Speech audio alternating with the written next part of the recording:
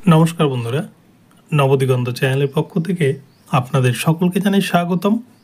তো বন্ধুরা, আজকে সকালে গুড মর্নিং জানিয়ে আপনাদের জন্য যে নতুন একটি আপডেট নিয়ে এসেছি, এই আপডেটটির জন্য অনেকে অপেক্ষা করছেন, অনেকে কিন্তু বিভিন্ন দ্বিধাদ্বন্দ্বের মধ্যে রয়েছেন। অনেক ইউটিউব চ্যানেল কিন্তু হয়তো এই নিয়ে ভুল ভালো গুজব ছড়াচ্ছে। তো অ্যাকচুয়ালি কী হয়েছে এই বিষয়টা, 5% 16,500 রিক্রুটমেন্টের 5% প্যানেলের সাথে 3929-এর সম্পর্কটা কোথায়, এটাই কিন্তু বিচারপতি জানতে চেয়েছেন। তো এই প্রসঙ্গে বিস্তারিত আপডেট এই ভিডিওটির মধ্যে রয়েছে এবং 5%-এর ভবিষ্যৎ কোন দিকে এগোচ্ছে, 3929-এর ভবিষ্যৎ কোন দিকে এগোচ্ছে, আদৌ 5%-এ পিটিশনাররা নিয়োগ পাবে কিনা।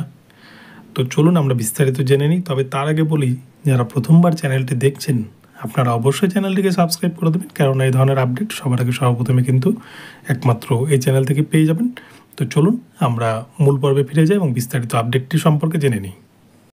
তো বন্ধুরা, আপনারা জানেন যে গত দুদিন ধরে, অর্থাৎ প্রথম দিন বিকাশ রঞ্জন ভট্টাচার্য প্রখ্যাত আইনজীবী, তিনি কিন্তু 16,500 5% মামলাটিকে অ্যাপিয়ার করেন এবং পরের দিন বিচারপতি বিশ্বজিৎ বসু তিনি কিন্তু ফিক্সড ম্যাটার হিসেবে তিনি ডেট বেঁধে দেন যে 27শে ফেব্রুয়ারি 2025 তারিখে এই মামলার কিন্তু তিনি জাজমেন্ট ঘোষণা করবেন, এরকম একটা কিন্তু নির্দেশ দিয়েছিলেন। তো 27 তারিখেও কিন্তু বিকাশবাবু তিনি এজলাসে উপস্থিত ছিলেন, তার তরফ থেকে যে সমস্ত সাবমিশন দেওয়া সেগুলো কিন্তু তিনি দিয়েছেন। কিন্তু এখানে প্রশ্ন হচ্ছে একটাই, যে 16,500-তে আমরা জানি 4,000 মতো ভ্যাকান্সি কিন্তু খালি রেখে দেয় প্রাথমিক শিক্ষা পর্ষদ, এবং সেই 4,000 মতো ভ্যাকান্সি, যেটাকে 3929 বলা হয় 3929, সেই ভ্যাকান্সিটা কিন্তু আরটিআইয়ের মাধ্যমে আলী হোসেন মণ্ডল ভার্সেস আদার্স এরা কিন্তু মামলা করে আরটিআই করে করে এই ভ্যাকান্সিটাকে বের করে নিয়ে এসেছিল। এবং সেটা নিয়ে আপনারা দেখেছেন সিঙ্গেল বেঞ্চ অর্ডার দিয়েছিল, ডিভিশন বেঞ্চ অর্ডার দিয়েছিল, কিন্তু পর্ষদ কিছুতেই নিয়োগ দিবে না। তারা যা দুর্নীতিকর নিয়োগ দেওয়ার আগে দিয়ে দিয়েছে, তারা কিন্তু পরে কোর্টের অর্ডারকেও মানেনি, তারা কিন্তু নিয়োগ দিতে চায়নি। শেষমেশ তারা কিন্তু এই মামলাটি কিন্তু সুপ্রিম কোর্টে যায় এবং সুপ্রিম কোর্টে দীর্ঘ শুনানির পর আপনারা দেখেছেন বিচারপতি ঋষিকেশ রায়ের বেঞ্চে 3929 প্যানেল এক্সপায়ার্ড হয়ে গেছে বলে সেইটা কিন্তু খারিজ করে দেওয়া হয়। এবং পর্ষদের যে যুক্তি যে পরবর্তী রিক্রুটমেন্টে সেই ভ্যাকান্সি ক্যারি ফরওয়ার্ড হয়ে গেছে 3929টা ভ্যাকান্সি, সেটাকে কিন্তু সুপ্রিম কোর্ট মেনে নেয়। কিন্তু আমার প্রশ্ন হলো, যদি 3929টা ভ্যাকান্সি পরবর্তী রিক্রুটমেন্টে চলে যায়, তাহলে 11,765 নোটিফিকেশান ছিল, সেখানে তো ভ্যাকান্সি আরও বাড়তে পারত। প্রচুর শূন্যপদ এখনও, আপনারা যদি আরটিআই করেন দেখতে পারবেন যে পশ্চিমবঙ্গে কিন্তু প্রচুর শূন্যপদ রয়েছে প্রাথমিকে। তো যাই হোক, সেই প্রসঙ্গেও আমি যাচ্ছি না। আপনারা এদিকটাই যদি দেখেন, 11,765 রিক্রুটমেন্ট এখনও অনগোয়িংয়ের মধ্যেই আছে, 20-22 নিয়োগ হয়নি, 20-22 ডিএলএডদের।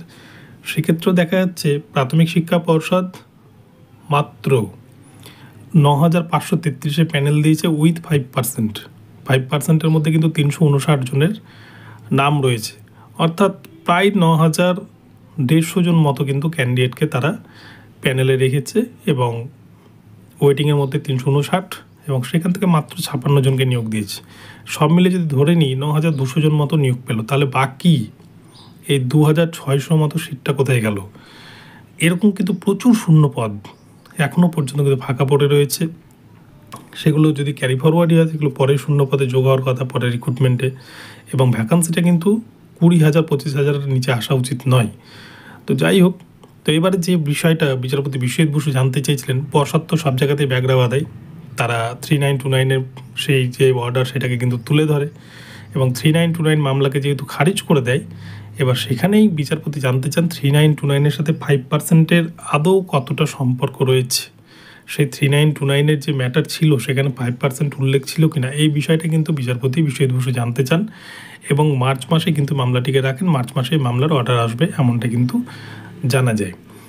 কিন্তু আরও একটি বিষয়, যেখানে প্রাথমিক শিক্ষা পর্ষদ 5%-এর প্যানেলই দিল না, 4,000 ভ্যাকান্সি ফাঁকা রেখে দিল, এত হাজার হাজার টেট পাস ক্যান্ডিডেট যারা যোগ্য, এনসিটির নিয়ম অনুযায়ী যারা যোগ্য, যারা ইন্টারভিউ দিয়েছে তাদেরকে রেখে দিয়ে পর্ষদ বলল কোনো যোগ্য ক্যান্ডিডেট পায়নি, তারা সিট ক্যারি ফরওয়ার্ড করে দিল, 5% প্যানেল দিল না। তাহলে কি করে প্যানেল কমপ্লিট হলো? প্যানেলই তো কমপ্লিট করলো না, তাহলে প্যানেলটা এক্সপায়ার্ডের গল্পটা কোথায় আসছে? তো যাই হোক, পিটিশনারদের তরফ থেকে আমি একটাই কথা বলবো, যদি এই পয়েন্টটিকে তুলে ধরা যায় 2020 সালে 16,500 যে রিক্রুটমেন্ট, সেটাকে 2016 রিক্রুটমেন্ট রুলসের নিয়ম অনুযায়ী হয়েছে। আর 2016 রিক্রুটমেন্ট রুলসের যে নোটিফিকেশান, সেখানে কিন্তু 5% প্যানেল দেওয়ার নির্দেশ রয়েছে নোটিফিকেশানে।